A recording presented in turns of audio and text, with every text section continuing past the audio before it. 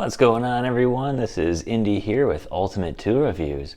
Well, I had a request on a comment that said someone wanted to know how to use a nailer, basically like a pin nailer. Just some of the basics, of course, to it. And I thought I'd make a video. I'm just going over some of the basics and tips and tricks to using a simple pin nailer. Now, of course, if you ask online, a lot of people are going to say maybe the brad nailer is one of the most useful nailers. And while I don't agree with that necessarily, I will say that between a pin nailer and a brad nailer, you can pretty much get almost everything done that you kind of want to get done, short of like, say doing some framing or more structural work. You can do a lot of basic stuff around the house on most little projects. You can do either with a pin nailer or a brad nailer. That's pretty much all I've got, and I really haven't found the need for anything else for a nailer other than those two nailers so far. So I wanted to show you a few quick tips with some nailers. Now I've got two in front of me. These are both pin nailers. I've got one from Makita, one from Metabo. Now, when it comes to nailers, I'll just say my preference is definitely Metabo HPT, or in some parts of the world, Hikoki. And the reason for that is I'll leave a few links in the description below to a couple of my reviews where I compare this Makita to this Metabo. And while I am definitely a Makita guy, I think their nailers are definitely lacking from Makita. They are quite a bit more expensive than Metabo nailers, and they do have more features, of course, but I find the Metabo nailers have a better warranty, they fire just the same, and they are much cheaper. So let's start with the first thing here. We're going to talk about the pin nails themselves. Now, to get the pins in or out of your nailer, you're going to want to open up the nailer to put the nails in. Now, you've got a little clip right here, and on the Metabo, you've got one right here. Both of these, you just push down, and they slide right open. So, some of the tricks to loading these nailers, and let's say you bought a nailer and you're not sure what nails to use. My suggestion would be to try out a few different brands of nails. I've seen some guys say like, hey, this brand works really well, this one doesn't. A lot of times it can be, things like manufacturing of different nails. Sometimes it can be just a slight difference in the nailer that you're using can cause either issues or the nails work totally fine. So for pin nails, I've found personally the Porter cable nails to not work very well.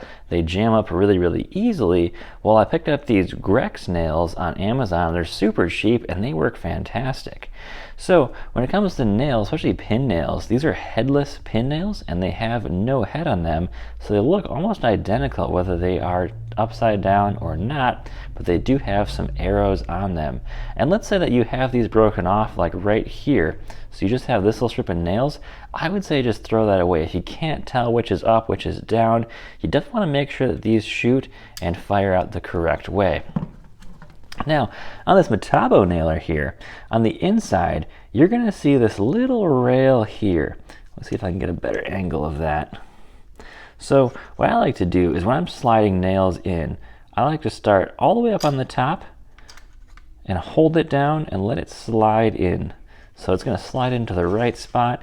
It should be able to freely move back and forth because when you push this back, that spring is going to keep those nails in tension up against the firing pin there. So that's what you want to make sure you do. And then I always say don't mix nail sizes in here. Don't have some that are taller, some that are shorter. Always keep the same size nails. Also, a lot of these nailers do have dry fire protection. So when you get down to say 3 to 5 nails left, it will not fire. And also don't try to overload these, by putting too many here. Always keep, maybe just like about a 1 clip length here of nails.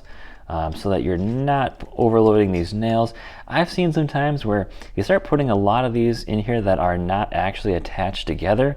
They're going to start folding up into here and you're going to kind of get a mess and a jam in there that's going to be happening. So always keep these, if you can keep one clip in here that's nice and clean, just like that, that's going to give you the most durability and reliability of this nailer. So once you've got that in there, once you know that it's in the right spot, you can then nice and easily close this up and you are ready to fire from there. Now the same goes for the Makita. I do like how the Makita is very easy to open and close. Let's pull out another little thing of nails here. And the Makita works the same way. It's got a little rail here and you want to make sure that when you put the nails in, they're going in the right spot. So I'm going to close this one up here. Now it is ready to fire. And finally, if you're wondering what size nails you can fire out of these, you can always quickly check the manual, of course, to find out the nail sizes that can be fired.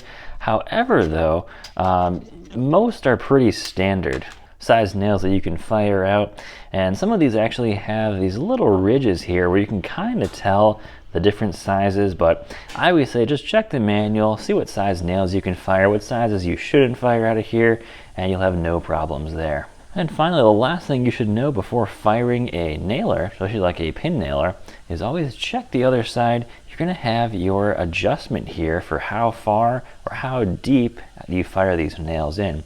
So grab a little piece of wood that's going to be very similar to the type of wood that you're firing into, and you can make some adjustments here on how far in that nail goes. And of course, that'll make a much cleaner look on the finish you're doing. For the Metabo, it's relatively easily here. So if you just move this around here, you can make some quick adjustments and you are good to go. For the Makita, it's going to be a little different, a little bit harder to tell here on the side. It's going to be right here. I do kind of prefer the Metabo. It's a little bit easier to use in my opinion, but I'll show you right here which way is in and out. I like the feel on the Metabo just a bit more than the Makita. Makita feels a lot looser, a lot less tactile function here, or tactile feedback. Alright guys, hope this kind of helps. Some of the basics of nailers, especially pin nailers, are very easy to understand, very easy to use. And you know, I wouldn't say they're the least dangerous of nailers, but they fire basically the smallest, cheapest nails, and they're very useful for a lot of small around the house projects. I love using a pin nailer because the nails are super hidden right away. And you know, they don't hold very strong, but when you use it in conjunction with wood glue, they absolutely work fantastic. So if you got any questions, guys, leave them in the comments below. And I hope you enjoyed the video, guys. Take care.